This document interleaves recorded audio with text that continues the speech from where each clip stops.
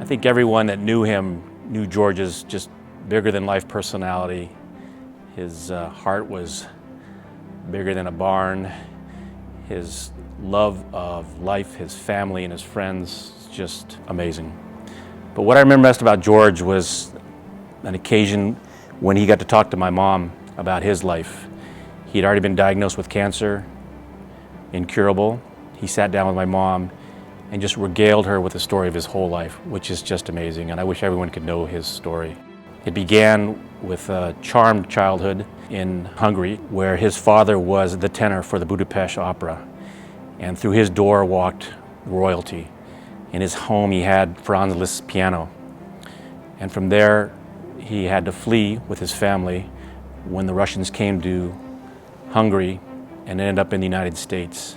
George worked his way, earned a scholarship to USC with music, and then lost his scholarship after he volunteered for the Vietnam War and was injured so severely that he could no longer play music. He ended up coming to Arizona, and through his, what he called good fortune, one of his goals was to share his good fortune in philanthropy. And that's one of the ways that I met George. I knew George is a very, very giving man. This hospital, this foundation, this community owes a lot to George, and many like George. His story is amazing. His life is amazing.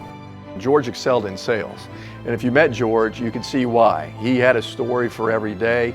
As you said, he was larger than life, and my first introduction to him was a voicemail on my home recording machine that we used to have back in the day.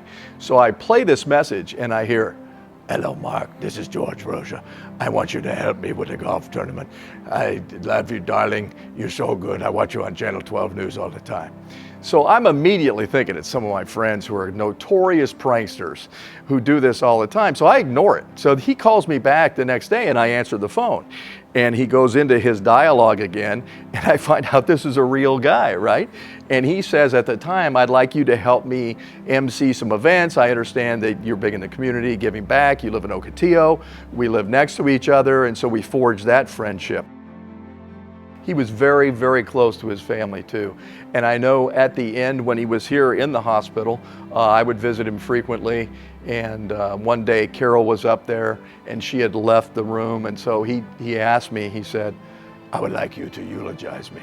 And I'm saying, what? This is hard, man. I mean, how do you eulogize George Rozsa, right? The guy is larger than life.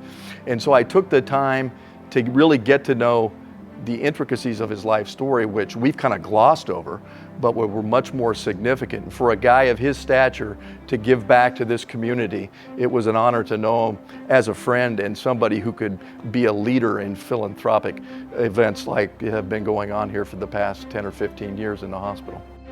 The wonderful thing about George was, with all that he went through in all of his life, I never heard him talk about regret. He always talked about how thankful he was, how fortunate he was, and how much he wanted to give back for those reasons. And he was true to that. And as you know, Gary, it's extremely poignant this year because Carol passed this last October. So Sean and Christy have elected to continue the legacy and carry this great philanthropic work that his mother and father started. They're going to continue this on in the community, and we appreciate what they're doing. So it just shows you what a little short guy from Budapest with a big heart can do to mobilize a community to be very philanthropic, where a lot of people will be the beneficiaries of his largesse. I think that's one of his legacies. Carry forward. Absolutely. All of us can do that.